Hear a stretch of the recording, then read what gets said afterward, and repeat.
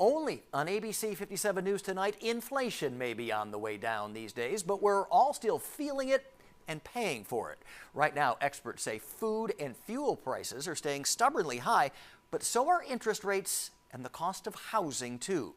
ABC 57's Annie Kate is live in South Bend with her special report, Inflation's Impact. And Annie, it's not easy for Michiana homebuyers these days, is it? Brian, all I can say is here come the millennials. Brian, at its core, this story is about supply and demand. Millennials make up a big portion of the population, many trying to get their first homes, but there just aren't enough to go around. In the meantime, they rent while trying to save up for that home. It's a struggle that Sheena Frederick knows all too well. I have a living room, a dining room, a fenced-in backyard. I have some amenities here that have taken me almost 3 years to find. Sheena Frederick is a lifelong South Bend resident. I've been renting since I was 17 and 18 years old. My first was an apartment. It was $450 plus cable. Internet wasn't really important or an essential, and Netflix was still on DVDs. A single mom with 3 daughters, she's always been a South Bend renter. But in the last few years, she's feeling the heat of rapidly rising rent. 3.5 years ago, I was paying $770 for a house this size, and now we've tripled that. Her family suffered a house fire in that home. The house Frederick was updating monthly, investing in, on the path toward home ownership through a rent-to-own program with the landlord. That dream went up in flames. Frederick moved in with her grandmother. I moved in with a relative, and the notion was, I'll find something quick, and it took me a year to find something. For a year, she faced hurdle after hurdle, securing a spot for her family of 4, struggling to meet the demands of today's lease agreements. I need you to make 4 times the rent. I need you to make 3 times the rent. I need 3 months down plus a security deposit. Her worst hurdle, getting scammed. She says some landlords are kind enough not to run a credit check, but that also lends itself to scams. The online market has created so many fraudulent cases. I can't tell you how many times I went to go look at a house and I get there and it's not actually for rent and there's people living in it and they're talking about, I own this house, and you're like the 5th, 6th, 12th person that's come by. She finally found a spot and moved into her 3-bedroom South Bend house with her 3 daughters and boyfriend. If me and my boyfriend weren't co-joined for bills, I would be crammed in probably a 2-bedroom apartment with my 3 teenagers who are all bigger than me. She now pays $2,200 a month in rent. If I wouldn't have had a partner to share that burden with, I'd probably be late every month.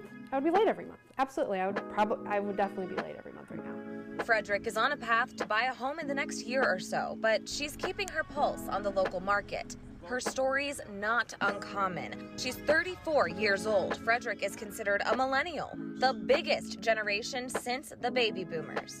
This is a big problem nationally for first-time buyers. It's a big problem for millennials, especially. We have a large number of millennials creating families and that they will need to move out of multifamily, move to single-family housing.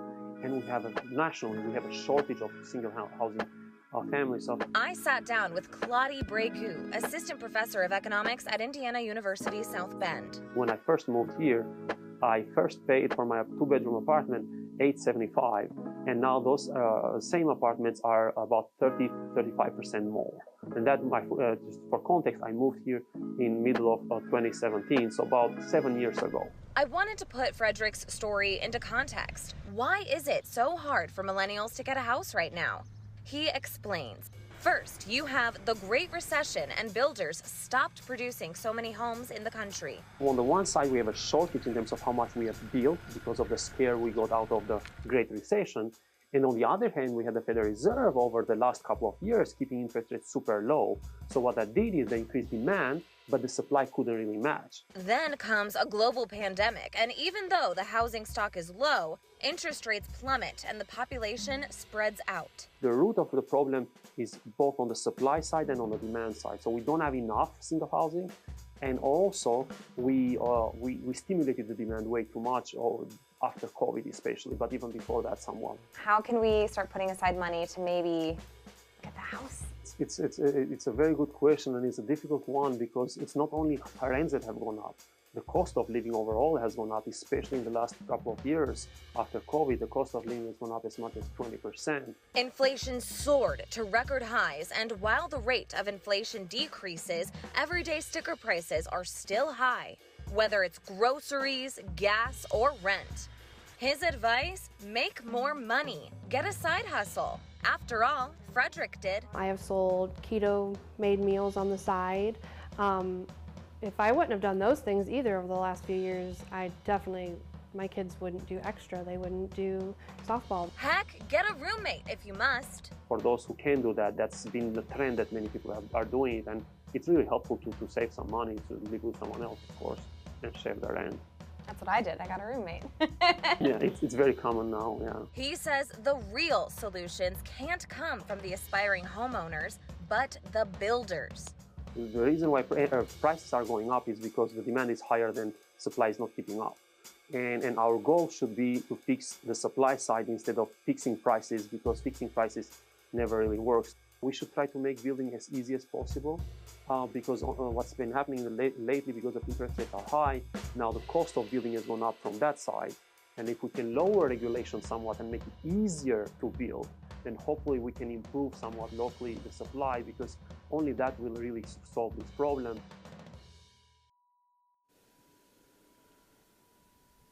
Bregu says the Consumer Price Index data is looking at the recent past. Looking at more current Zillow data, he says rent increases are starting to stabilize, if not decline. That doesn't mean rent prices are going down. To be clear, it just means that they're not continuing to increase. Reporting live in downtown South Bend, I'm Annie Kate, ABC 57 News.